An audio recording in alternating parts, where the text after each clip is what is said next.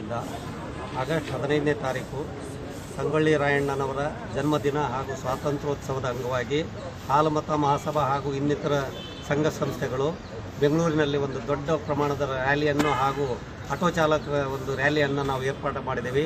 ಈ ರ್ಯಾಲಿಗೆ ಸುಮಾರು 3,500ದಿಂದ 4,000 ಜನರು ಎಲ್ಲ ಉತ್ಸಾಹಿ ಯುವಕರು ಅನಂತರ ಸಂಗೊಳ್ಳಿ ರಾಯಣ್ಣ ಅಭಿಮಾನಿಗಳು ಬಂದು ಈ ಕಾರ್ಯಕ್ರಮದಲ್ಲಿ ಭಾಗವಹಿಸ್ತಾ ಇದ್ದಾರೆ.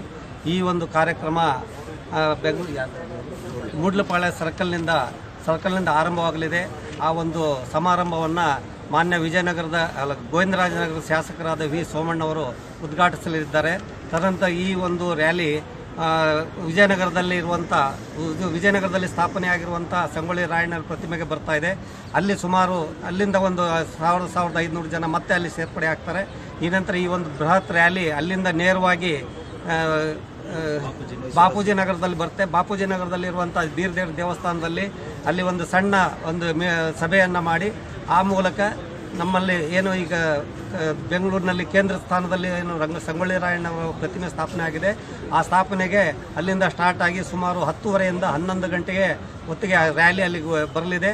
ಆ ಒಂದು ಸಮಾವೇಶದಲ್ಲಿ ನಮ್ಮ ಮಾಜಿ ಮುಖ್ಯಮಂತ್ರಿಗಳಾದ ಶ್ರೀ ಸಿದ್ದರಾಮಯ್ಯನವರು ಈ ಒಂದು ಸಭೆಯನ್ನು ಉದ್ದೇಶಿಸಿ ಮಾತಾಡ್ತಾ ಇದ್ದಾರೆ. ಇಲ್ಲಿ ಈ ಕಾರ್ಯಕ್ರಮ ಮುಕ್ತಾಯವಾಗುತ್ತದೆ. ಅದೇ ವೇಳೆಯಲ್ಲಿ ಇಲ್ಲಿ ನಮ್ಮ ಸ್ವಾತಂತ್ರ್ಯ ಉದ್ಯಾನವನದಲ್ಲಿ ಒಂದು ಹೆಲ್ತ್ ಕ್ಲಬ್ಬನ್ನು ಆಯೋಜನೆ ಮಾಡಿದ್ದೇವೆ. ಈ ಹೆಲ್ತ್ ಕ್ಲಬ್ಗೆ ಕಾಳಿದಾಸ ಹೆಲ್ತ್ ಟ್ರಸ್ಟ್ ಮತ್ತು ಹಾಲುಮತ ಮಹಾಸಭಾದಿಂದ ಒಂದು 150 ಜನ ನುರಿತ ವೈದ್ಯರುಗಳು ಹಾಗೂ ಇಂಪಾರ್ಟೆಂಟ್ ಏನು ಕಾಯಿಲೆಗಳಿಗೆ ಬೇಕಾದಂಥ ಪರಿಕರಗಳನ್ನು ಅಲ್ಲಿ ಸಪ್ಲೈ ಮಾಡ್ತಾರೆ. ಸುಮಾರು ಯುವಕರು ಸಂಗೊಳ್ಳಿ ರಾಯಣ್ಣರ ಒಂದು ಈ ಹುಟ್ಟುಹಬ್ಬದ ಅಂಗವಾಗಿ ರಕ್ತದಾನ ಶಿಬಿರವನ್ನು ಏರ್ಪಾಡು ಮಾಡಿದ್ದಾರೆ. ಇದನ್ನು ಬೆಂಗಳೂರು ಜನರಿಗೆ ತಾವು ಈ ಒಂದು ಟಿವಿಯ ಮೂಲಕ ವಿಸ್ತರಿಸಬೇಕು ಅಂತೇಳಿ ತಮ್ಮಲ್ಲಿ ನಾನು ವಿನಂತಿಸ್ತಾ ಇದ್ದೇನೆ. ನನ್ನ ಹೆಸರು ಬೆಳಗಾವಿ ಅಂತೇಳಿ ನಾನು ಈ ಒಂದು ಸಂಸ್ಥೆಯ ಅಭಿಮಾನಿ.